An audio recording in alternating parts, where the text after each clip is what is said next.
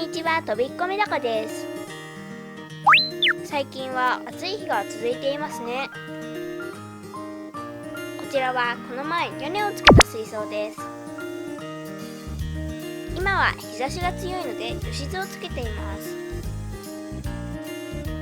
現在台風8号が近づいてきています。大型の台風との予報もあるので対策をしましょう。以前の動画でも台風対策の話をしましたが、雨によって水温の低下、水質の変化、水位の上昇が起きたりします。さらに風によって水面が波立ったり、物が飛んで入ってきたりします。これらの対策として私は波板をかぶせています。この水槽は屋根が開閉式なので簡単に対策できますね。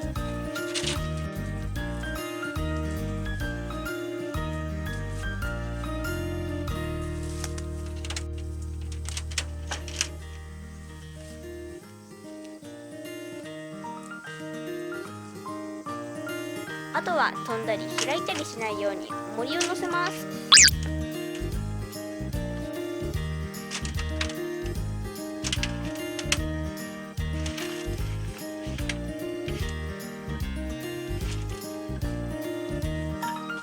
皆さんも台風に気をつけてください。では良いメダカライフを。ご視聴いただきありがとうございました。励みになりますので